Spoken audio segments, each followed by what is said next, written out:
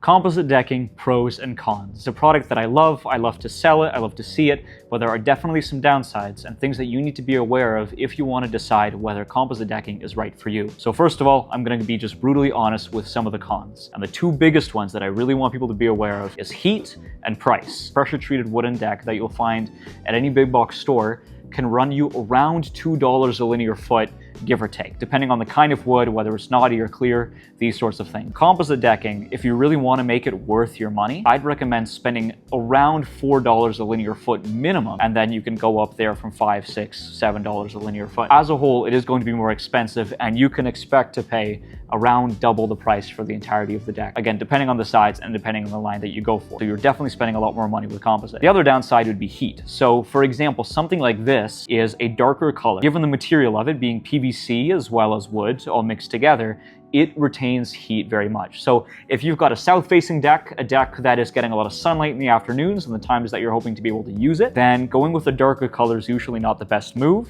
Even a lighter color, something like this, is going to, while being much better and much more comfortable, still going to be retaining a lot more heat than just a simple wooden deck. Nonetheless, if you know that you have a south-facing deck, if you know that you're getting a lot of sunlight, pay attention to the color. Companies that manufacture this material, TimberTech, Trex, Fiberon, have intentionally made boards that are going to be lighter in color specifically for those kinds of decks. Heat and price, major cons, but the pros, in my opinion, outweigh the cons when you look at things further down the line. The biggest one, obviously, is going to be longevity. I can't tell you how many times someone has walked into my store, they have a deck, and they're just saying, I am tired of staining it. I'm tired of replacing boards. I'm tired of the boards splintering. I'm tired of having to flip them. I'm tired of having to sand them. I'm tired of having to replace them. I'm just tired. I just want something that I can put down once and never have to worry about again. That is what the benefit of composite is. It is literally one and done. There are certainly going to be things that have to do with warranty, so things are covered if there's an issue, but generally speaking, you put it down once and then you don't have to stain it.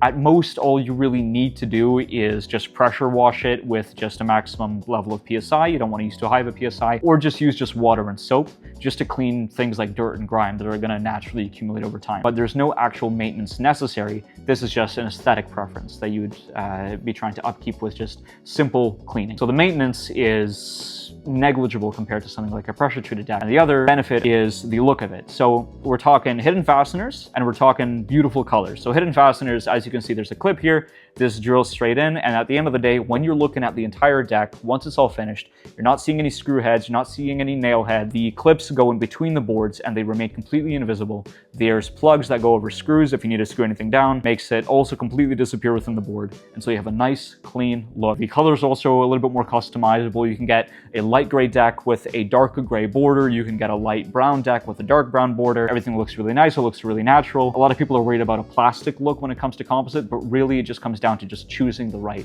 one. That's all you need to know in terms of pros and cons. In my opinion, the pros at the end of the day end up outweighing the cons if you're talking about longevity and looking years down the line. If you're willing to pay just that little bit more, if it's feasible for you, I'd recommend going for it. If you have any more questions, just drop them down in the comments down below. Subscribe. We love to talk about decking. We love to answer your questions. We love to give you updates on the industry, so follow along. And of course, we're always available by phone, by email, and in store. Thanks a lot.